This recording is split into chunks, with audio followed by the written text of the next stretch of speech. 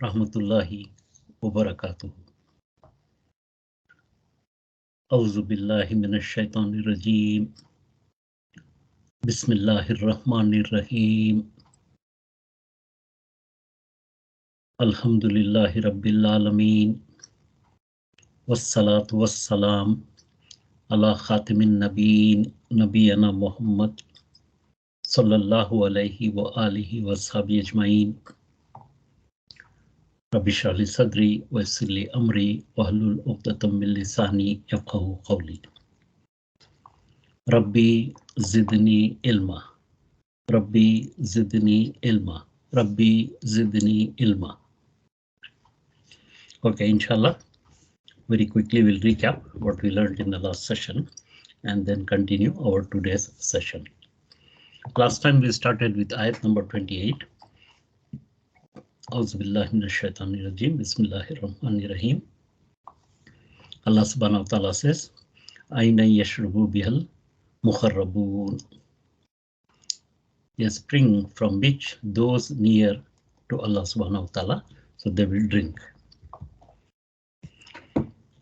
This shows the different degrees in paradise.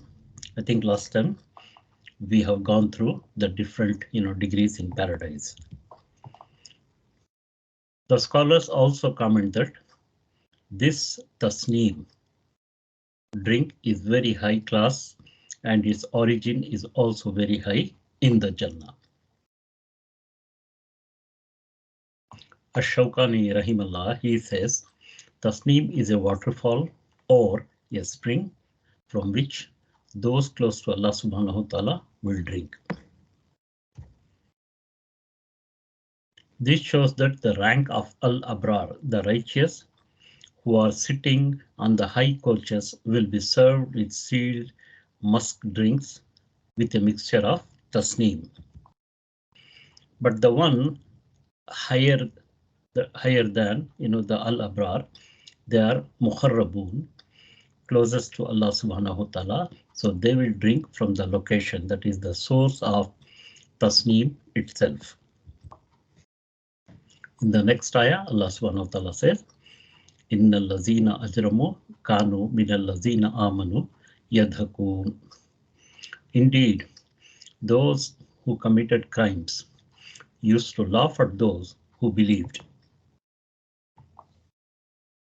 After mentioning the payback of the evildoers and the reward of the believers, Allah subhanahu wa ta'ala now mentions the immense difference between them.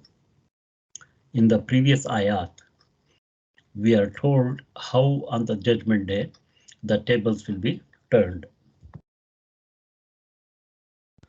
Those who are being made fun of because of their righteousness will be reclining of couches and will be served a drink sealed with musk, while those who mocked will be burning in hellfire. These ayat depict what Muslims have to go through in this world at the hands of the conceited rich disbelievers. They used to laugh at those who believed. Ayat number 30, Allah subhanahu wa ta'ala says, وَإِذَا مَرُّوا بِهِمْ يَتَغَامَزُونَ. And whenever they passed by them, used to wink at each other in mockery. So this can refer both to the fact that when these believers pass by them, or when the arrogant leaders of the Quraysh passed by the Muslim, they would wink at one another and thereby hurt them in this fashion. It is evident that the hurt caused by the stare is much greater than the wound inflicted by the sword and the spear. The stare is a special weapon of humiliating and debasing people. Yataghamazun is from the word Ghamaza, to gesture with eyes, that is rolling the eyes, winking, insulting. Allah even shows the smallest of their bodily actions just the way they look at the believers. In ayat number 31, Allah subhanahu wa ta'ala says, وَإِذَا انْقَلَبُوا إِلَىٰ أَهْلِهِمْ انْقَلَبُوا فَكِهِينَ. And when they return to their own people, they would return jesting. Meaning, when these disbelievers returned home to their families or their evil friends, they used to be very happy with themselves in how they ridiculed the believers. Fakihin, joyed or jesting from the word fakiha, meaning fruit. Because when you eat a delicious fruit, you have a sense of joy on your face. They enjoyed making fun of the believers so much so that it was like they were delighted at eating a tasty fruit. This is in fact a reference to their meanness, that instead of feeling ashamed on their misbehavior, they would boast before their household how they disgraced others, as if they had achieved some great success. Okay, so today, inshallah, we'll start with ayat number 32. Allah subhanahu wa ta'ala says, وَإِذَا رَأَوْهُمْ قَالُوا إِنَّ هَؤُلَاءِ لَضَالُّونَ. And when they saw them, they would say, indeed, those are truly lost. So let's first look at the word for word meaning and then go into the ayah itself. Wa is and, conjunction particle, wa watifa. So this is joining with the previous ayah. Iza is when, time adverb, zarfu zaman. Ra'u, they saw. Yeah, that is fail madin, perfect word. Whom is them, pronoun damir muttasil. Khalu, they said, perfect word, fail madin. Inna, now you see here, inna has got 4 emphasis. Yeah, harfu tawkidin, wa nasbin, wa mushabbabul fail. Inna means in English, indeed, indeed, indeed, indeed. That is 4 times. You know, it has got the emphasis of taki, 4 times taki. Yeah. Haulai is this demonstrative pronoun ismu ishara. There is another lam with a fatha here. Yeah, that is a lam is surely emphasis lamut takid. Yeah, so there is another tawkid coming here. There is 4 plus 5. So whenever there are 5 takids in an ayah, that means this ayah is very heavy and we have to pay full attention. We have to try to understand the ayah in both context and content and its background. This is very, very important because there are 5, takids. Yeah. So inna haulai la dalun. Dalun have gone astray. Noun is marfu. Wa iza rauhum khalu inna haulai la dalun. And when they saw them, they would say, indeed, those are truly lost. And when they saw them, they said these people are the truly lost or misguided. That is la dalun. The disbeliever would look at Muslims with pity, thinking they are wasting their lives away from an imaginary paradise. Now I'll come to this inshallah. Why we are talking about paradise? Why not success and failure? Or why not victory and defeat? So we'll discuss later inshallah when we come to the next ayah. Okay. So this is the imagery paradise they're talking about. When this is in Makkah al Mukarramah, this surah was revealed in partly in Makkah al Mukarramah. Many of these disbelievers, or rather believers, they were in very small number, and they were from the downtrodden society. Either they are slaves or teenagers or those who had no place in the society. So that kind of people, yeah. And the only reward they were expecting or has been promised by Allah subhanahu wa ta'ala and Rasulullah sallallahu alaihi wasallam is Jannah. Yeah? So if you really work hard, if you be patient, this is very important. If you be patient, be patient, be patient, 13 years. 13 years is not a small time. Imagine if somebody is telling you that, be patient for 13 years. Is it possible? But these Sahaba, that's why they're muharrabun. They're so close to Allah subhanahu wa ta'ala. And they were all promised only paradise. Victory, nobody's talking about victory here. In this 13 years time, it's only paradise, paradise. Have patience, have patience. That's the only thing. And they could not, imagine something else.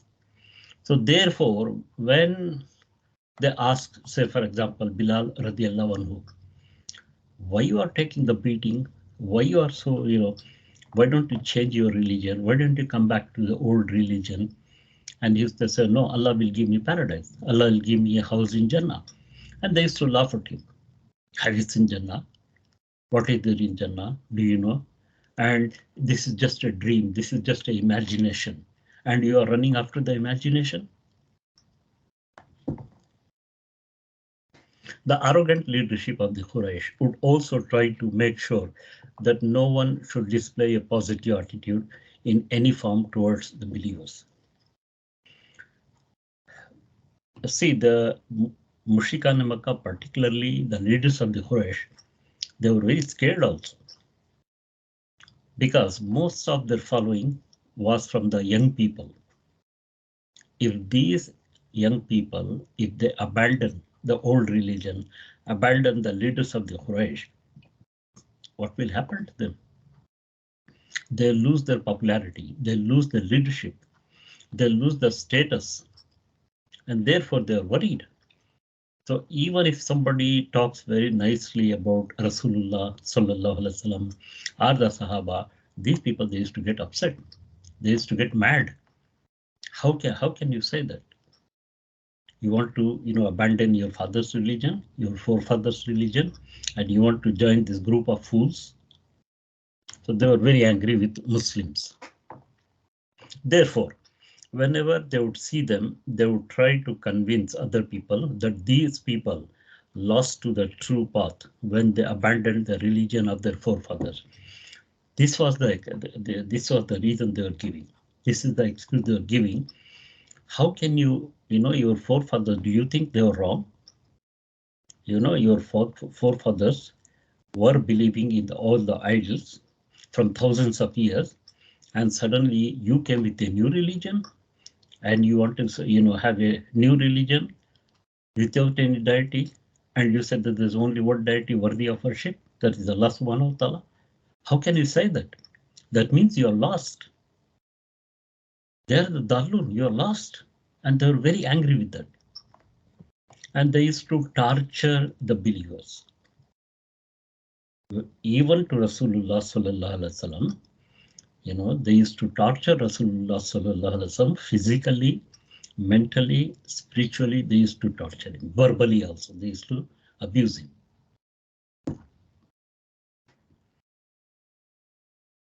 It should be kept in mind that many people were positively influenced by seeing the deep roots of the belief in the hereafter in the Muslim. So when many of, actually there were three groups, you can imagine even today, the pattern is same. Say if there are 100 people, yeah, this is just for example. Always on the right hand side, there are 20 people. They always do good things. Whether you tell them, you don't tell them, they read or not read, doesn't matter. By nature or by their attitude, they'll do only good things. They never do bad things. On the end, on the right left hand side, there's 20 people in the 100 people. They always do bad things. You torture them, you kill them, you do whatever you want, they don't change. In the middle, there is 60% population. Now they are watching. If the people on the right side, they have got the power, they're good, and slowly they'll move to the right. But if the left hand side people are gaining power, and if they are then slowly they'll move towards the left. Same thing was happening. Makkah is no exception. 1400 years ago, there's no exception because this is a human nature, human tendency. So they were moving, this side and that side. When the Sahaba, they look at it, they slightly move. They were not accepting. They're not accepting Islam, but they're a bit kind and gentle to believers. But when they had a lot of pressure from the bad guys, the leaders of the Quraysh, they used to move to the left. So this was happening. Until Fatah Makkah, this was a common pattern, this was happening. Only after Fatah Makkah, many people, when they saw the victory of the believers, they started entering in big groups, entering in big chunks. They were entering into Islam. The Quraysh tried to counter this by trying to prove to such people that these Muslims are irreligious people who are deep in error, so they fabricate argument to support this scheme of theirs. This is what they're, this is a propaganda that they were telling the Muslim, they are the disbelievers. Because what is believed to them? Worshipping multiple gods, worshipping all the deities kept in Kaaba, and that was the religion. And if you want to abandon that, that means you have left the religion. You are irreligious people. And to support why they are doing this, they fabricate a religion argument. That is, there is a Jannah and Allah subhanahu wa ta'ala is going to give us the Jannah in the hereafter. This is a false story. This is a fabricated story. Muhammad sallallahu alaihi wasallam knows billah. So he is giving this false image. He is giving the false hope. And these, people, innocent people, so they are believing in Muhammad sallallahu alaihi wasallam. This was one of the greatest signs of their delusion, that they combined the worst of deeds with a sense of being secure in this world. Because they had power, they were very powerful people. And all the leaders of the Quraysh, with one or two exceptions, all of them, they were very rich people. I'm saying one or two because Abu Talib, he was also leader of Quraysh, but he was not rich, he was very poor. So therefore, most of them were very rich people. They had a lot of money. They had big businesses. They had a lot of people working for them. So therefore, they thought that they're very secure and nothing will happen to them.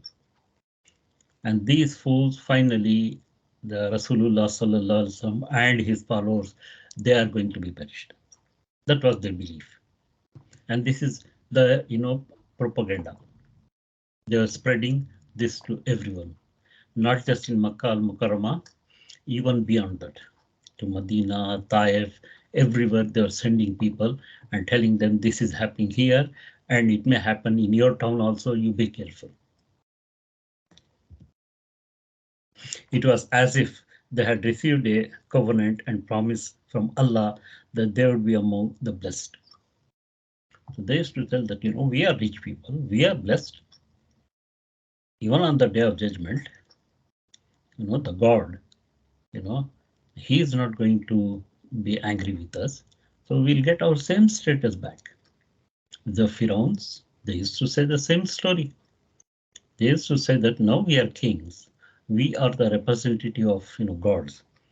And even in the hereafter, we are going to be kings. Our status is not going to change. And they regarded themselves as being guided, and the believers are being misguided.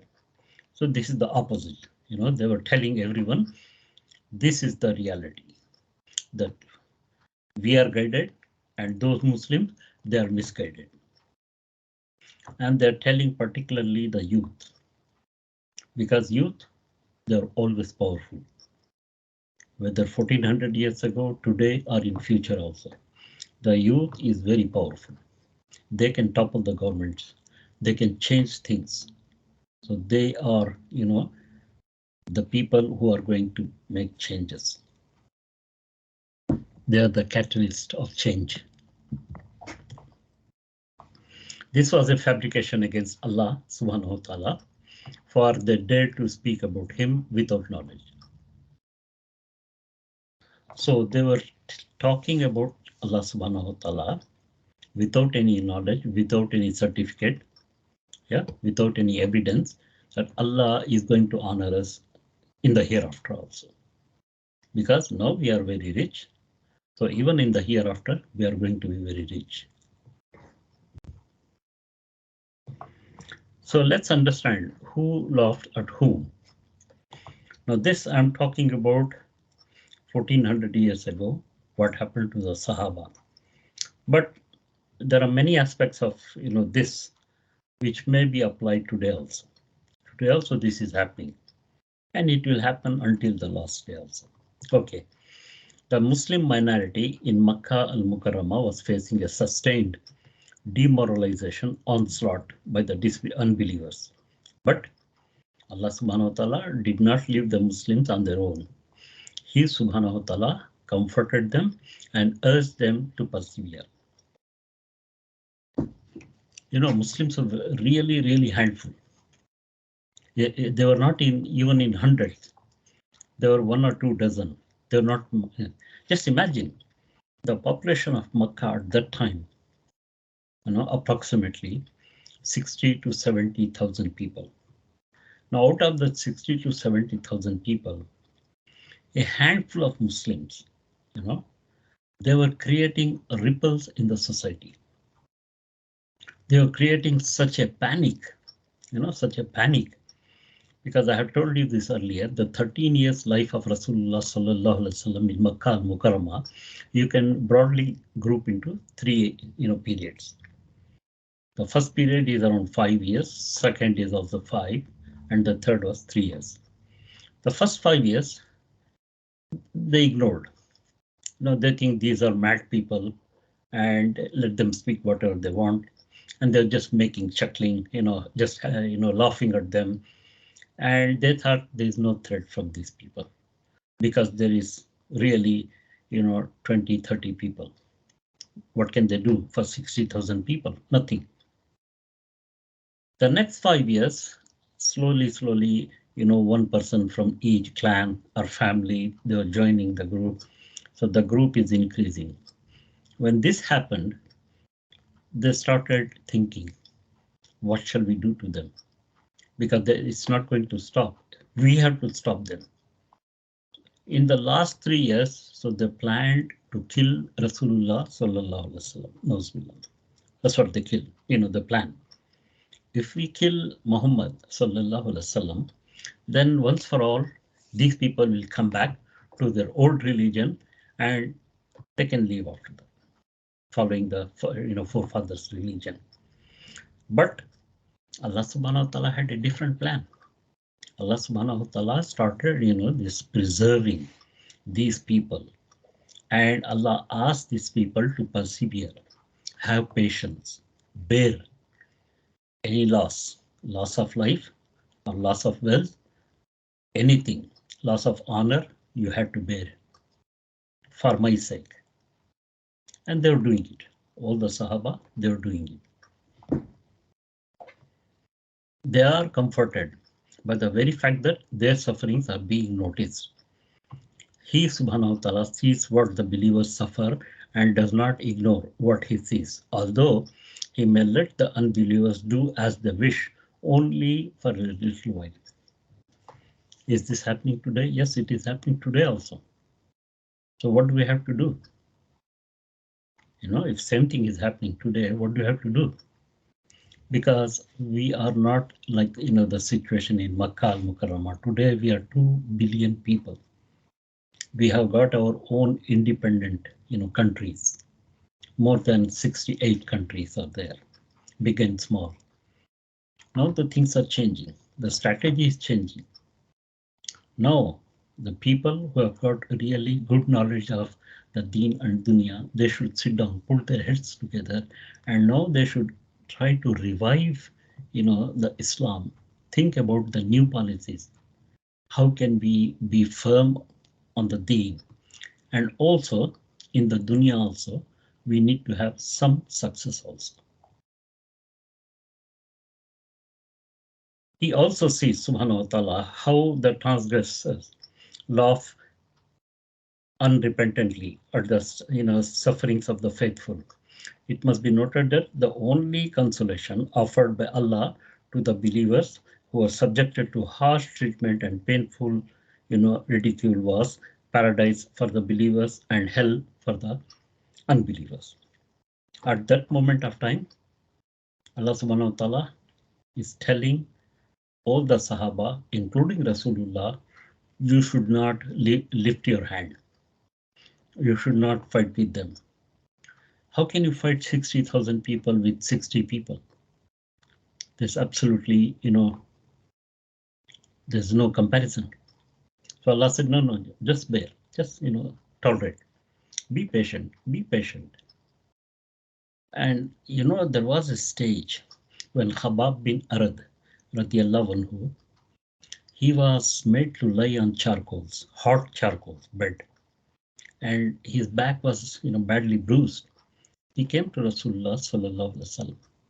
He said, Ya Rasulullah, what have you done? We are just saying Ahad, Allah is one, and we are worshipping Allah. Why this punishment? He said, be patient. Allah will send his help. Be patient. Just imagine, if that happens to you and me, what will happen to our Iman? May Allah subhanahu wa ta'ala protect us all. This again was the only promise Prophet sallallahu alaihi wasallam made to the believers when they pledged all their property as well as their life for the cause of Islam. Take another example of the first martyr in Islam, Sumayya radiallahu anha. Sumayya bin Khabab or Khayat, they say. Khayat is tailor, yeah. Maybe she was the daughter of a tailor, whatever, Allah knows best. Now this lady, she was a slave lady, she was a slave girl before, and afterward, her master, he released her, and she got married to one of his cousins, and they were living happily. Then both the husband and wife, they accepted Islam. Now their ex-owner, their master, he was very angry. Then every day he used to torture, Sumayya radiallahu anha. Every day. He used to make them to stand in hot sun and beat them up. And finally, he killed her. She was the first martyr in Islam. And he killed her husband also. Just imagine, this was the condition. They could not even defend themselves. This was the situation. And Allah said, have patience, have patience. Victory in this life was never mentioned in Meccan revelations as a consolation or as an incentive to persevere. You see, Allah is not saying that, you will become victorious that day. But this was happened, the Quran was instead cultivating the hearts of the believers and preparing them to fulfill the task with which they were entrusted. First, Allah wanted to make sure they have enough taqwa, make sure they have enough patience to bear these consequences, because they are the frontline Sahaba. They are going to set an example. The first line of Sahaba, the Sahaba in the first 13 years of Islam, they are the Al-Mukharrabun. They are setting the trend to the rest, whether they are in Medina or after that, until the last day. So they had to have the utmost patience. They had to have the utmost, the serviceability. They had to show the perseverance in every aspect of Islam. They were the front leaders. They're the frontline Sahaba. They're the best example for us. In was necessary that such hearts attain a high standard of strength and self-denial, so that they would give everything and suffer all hardship without looking for anything in this life. They were to see only the reward of the hereafter and to win Allah subhanahu wa ta'ala's pleasure. This is so important for that frontline Sahaba. They were prepared to go through life suffering all sorts of hardship and deprivation with no promise of reward in this life, not even victory for the cause of Islam. No promise. First 13 years, absolutely no promise. That's why many of the times when Rasulullah sallallahu alaihi was talking about, something apart from the Jannah, the success, what Allah will give, they used to laugh. I said, how can you say that? We don't see anything. You are just a, few dozen people. Such a group of people must be first established. When this happened, and Allah knows that they are sincere and determined in what they had, they have pledged themselves to do, then He will give them victory in this life. Victory will not be theirs as a personal reward. They will be given power as these trustees appointed for the implementation of the Islamic way of life. Now, once they're mature enough, they were prepared well enough, then Allah said, okay, give them the power now. So now they are able to establish the Sharia, establish the Deen, not just in the Arabian Peninsula, but beyond that. So they will be worthy trustees because neither were they promised nor did they look for any worldly gains. This is what Allah wanted to test. Are these people corrupt? Are they after the money? Are they after the victory? Because victory in any country, anywhere, anytime, it brings a lot of wealth, a lot of resources. So Allah first wanted to not give anything, just wanted to test their patience and perseverance. They pledged themselves truly to Allah at a time when they were unaware of any worldly benefits that may befall them, except that they would win Allah's pleasure. Win Allah's pleasure. Even for you and me, this is the moral, this is the lesson. Win Allah's pleasure. If Allah is happy, Allah can bless us, both in this dunya as well as in the hereafter also. Not because of our, we will not get Jannah just because we are wonderful people, we have done this charity, that charity. No. All the Quranic ayat which speaks of victory were revealed later in Medina, when this was no longer an issue.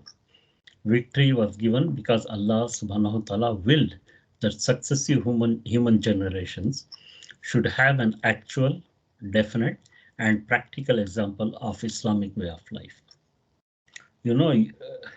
At individual level, see, we are talking about two things here, individual and collective. Yeah, individual and collective. Individual, many people, they can change themselves, that is in circle one, you can change yourself. But when you want to implement the Sharia in the whole land, in the whole region, then collectively, you need to have this life. For collection, you need to have victory. Only when you have victory, there will be more people entering into the Deen and following the Deen, then you can establish at your circle 2, circle 3, circle 4.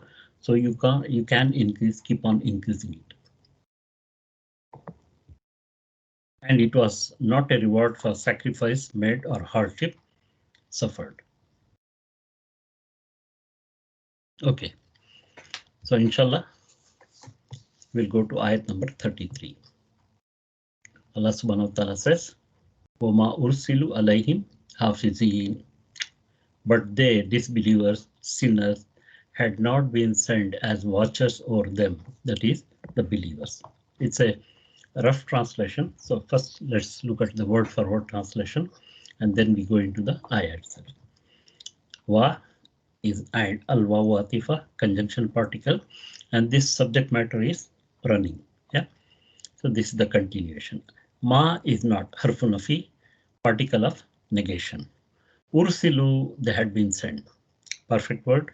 Fail madin mabni lil majhul. Yeah. Even though we know who sent, but Allah subhanahu wa ta'ala has kept the doer in confidence. Yeah. It's hidden. Alayhim, over them. Jar majrur construction, preposition and pronoun, jar majrur construction. Hafizin as guardians. Yeah, we know that hafiz means guard, and hafizin is guardians or guards, you can say. That is noun is mansub. Wama ursilu alayhim hafizin.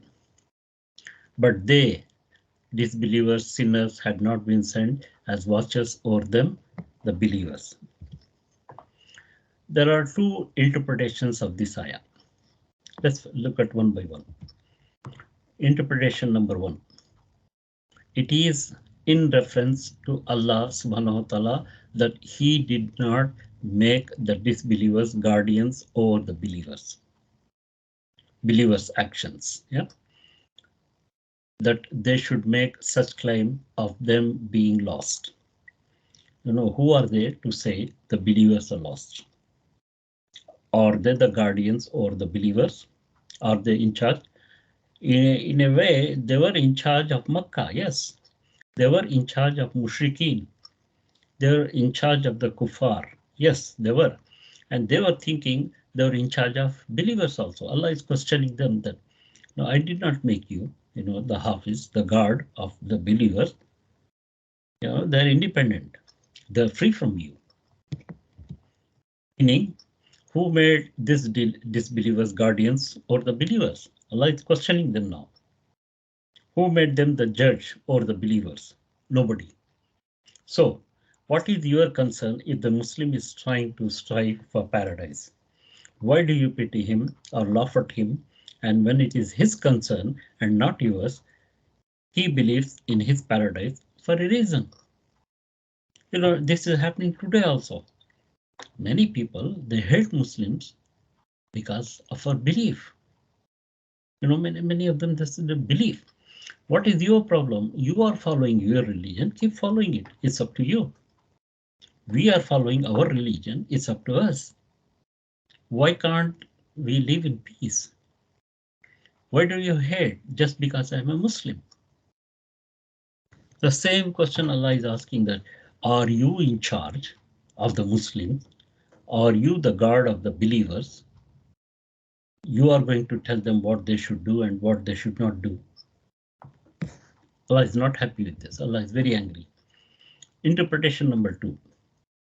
It is in reference to the disbelievers. They are looking at the believers and are saying, who made these Muslims as guards or our matters? They were not, sent to look after the society. And this is also true. This is what was happening. When these people were burying their daughters alive, when Muslims will go and tell them, don't do this, this is a crime against humanity, don't do that. And they used to get mad. Don't drink alcohol. Don't eat pork. And they used to get really mad. Who are you to tell us? We are doing this. We are burying our daughters from centuries. And now you're coming and telling us that we should not do it. Who are you? They're not treating, the widows, the orphans very kindly. When Muslim goes and tells them, they are very angry. Who are you? And this is another interpretation. In other words, why are these believers telling us what to do? That is, when the Muslims forbid the disbelievers from doing evil, the fujar, the criminals who tread through Allah subhanahu wa ta'ala's forbidden matters, they ask, why are Muslims getting involved in our matters? Who gave you such an authority to control what I do in my life? They were really getting angry. Why? Because particularly the Muslims were from the downtrodden society.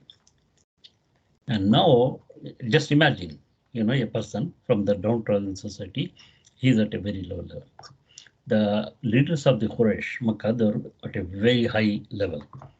And if he says, look, what you're doing is wrong, what do you think will happen? And the person will be crushed to death. That's exactly what these people are doing. In Surah al ayat number 10, 11, and 12, Allah subhanahu wa ta'ala tells that the believers are not watchful over you. Wa inna alaykum lahafizin. Surely upon you are guardians, that is, the angels who are guarding and writing all the evil that you do. Allah is saying, forget about what Muslims are telling you. I have specially put angels to guard over you. It's not just the two angels who are writing, there are many other angels also who are watching the human beings. Even believers. Allah subhanahu wa ta'ala has kept those guards. They're watching us all the time, 24/7. We are being watched by the angels. But in particular, Allah is telling them that we have put in this surah. We'll go, inshallah, after this surah, we'll go to Surah Infitar. We'll see that Allah has given the names also. The Kiramin Katibin, the two noble writers. They are writing all our deeds. So, in Surah Infitar, Allah subhanahu wa ta'ala says, Wa inna alaykum lahafizin kiraman katibin. Ya'lamuna ma tafalun. And indeed, appointed over you are keepers, noble and recording. Actually, it is two noble and two recording. So, Katibina is two writers, two honorable. That means two honorable writers. They know whatever you do because they're writing it down. Nothing is going to change. Then the records will be closed when a person dies, and those records will go in a very safe place. From there, it will be taken out on the day of judgment to pass the judgment. So this is a big threat for the disbelievers. In ayat number 34, Allah subhanahu wa ta'ala says, فَالْيَوْمَ الَّذِينَ آمَنُوا مِنَ الْكُفَّارِ يَضْحَكُونَ. So today those who believed are laughing at the disbelievers. Now the table is turning now. Allah subhanahu wa ta'ala saying, Fal yawma. Fa is so. Alpha is Senafia, resumption particle. Now the scene has changed. Yeah, the scene has changed. From the dunya, it has changed into another place, that is in the Jannah. Al-Yawm, today. Zarfu Zama, Mansub. Today, Allazina, those who, relative pronoun is Mausul, Amanu, believe. So this Allazina is telling a particular group of people. Who are the group of people? They are the believers. Now they are in Jannah. Fail Madin, perfect word. Min al-Kuffari, at the disbelievers. Min is harful jar and al-Kuffari is majrur, jar majrur construction. Yadhakuna, so they will laugh. It is mudare. Mudare means in the future. It's not happening right today. It will happen when the believers are in Jannah. We'll see that, inshallah. The scene goes back into the future again. So this is the iltifat. Changing from dunya, one scene Allah is showing in the dunya, and then the next scene is going into the Jannah. So this is where I said that if you do not understand the tafsir, then you don't know which scene befits which. Where? Is it in dunya? Is it in Jannah? Or in the middle? The middle part is the day of judgment, Yawmul Qiyamah. So there are three phases. Yeah, phase in the dunya, phase in the day of judgment, and phase in the hereafter in the Jannah. Or sometimes Allah has mentioned about Jahannam for kuffar, for the bad guys. So therefore we have to understand these scenes is changing. From one ayah to another, the scene is changing. So in the previous ayah, Allah is talking about these disbelievers. They were laughing. When they were laughing? When they were in the dunya. So now the scene has changed. So the scene is in the future. Where is the future? In the Jannah. So the believers are sitting in their sofas in the Jannah and they can see what is happening to the disbelievers. So the scene goes back into the future again to the hereafter. So after a portrayal of the attitude adopted by the disbelievers, this ayah now mentions the reversal of fortunes, which will take place on the day of judgment. Just as they laughed at the believers in this world and accused them of being misguided, the believers will laugh at them in the hereafter, and they will see them subjected to punishment, and that is the recompense for misguidance. Didn't you find our belief in the hellfire funny before? Now I find your situation funny because of the hardship you caused me. Remember the situation, yeah? Take the example of the first martyr, Sumaya radiallahu anha. Now she's in the Jannah, yeah? Imagine, inshallah, she will be in Jannah, inshallah. So she will sit in the, her sofa and she is watching her killer in the Jahannam. And now she is laughing at that person. And she said that, how did you torture me? How did you kill me? I know where are you and where I am. This making fun by the believers would be in line with the justice. Because when the believers had communicated the truth to them, to the extent that they were left with no excuse to deny it, they still did not mend their ways. On the contrary, regarded the believers to be the criminals. In dunya, who will you punish? You punish only criminals. So if these bad guys, if they are punishing the believers, that means they are considering the believers as criminals. That's why they punished them. That's why they did what they did. So that's why Allah is giving an opportunity for the believers to laugh at them. So now they're only worthy of not being shown any sympathy. Is anybody going to show sympathy to these believers in the Jahannam? Nobody. They will get punishment from the angels who are really harsh. Yeah, who are very strong. They don't care about any emotions, whether you are crying or dying, they don't care. The job is to punish them. In Surah Baqarah, ayat number 212, Allah subhanahu wa ta'ala says, beautified for those who disbelieve is the word of this life of this world. They ridicule those who believe. So they had a wonderful life. They had a lot of money, lot of comforts, lot of resources. So they were making fun of believers. But those who feared Allah subhanahu wa ta'ala, guarded against evil, will be above them on the day of resurrection. And Allah gives provision to whom He wills without account. It's entirely up to Allah subhanahu wa ta'ala. So what is they are doing now? Alal araiki yanzurun. No, this is a repetition of the ayah. The same ayah has came before also. Yeah, and it is about the same group. Yeah, on adorned couches, thrones, observing.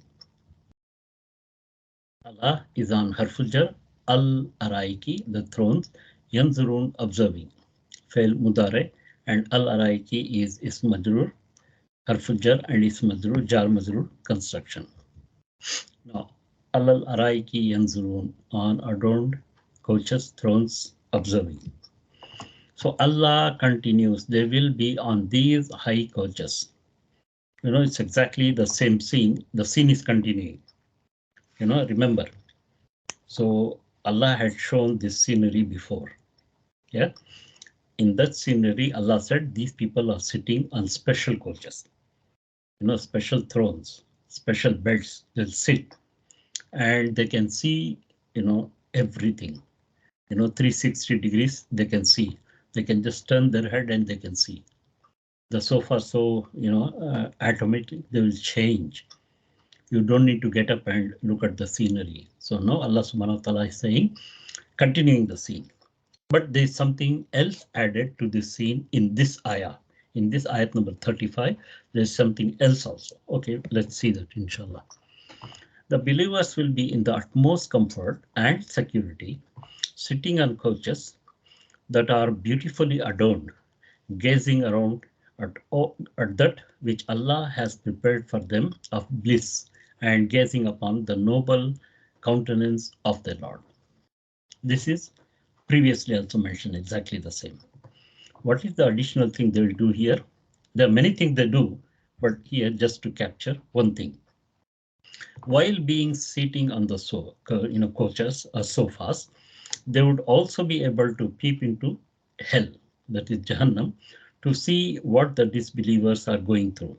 In fact, they would even be able to question them, as is mentioned elsewhere in the Quran. There are many things happening in Jannah.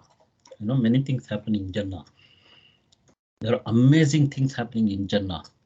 One of the things, you can talk to Allah subhanahu wa ta'ala. Face to face, you can talk to Allah subhanahu wa ta'ala.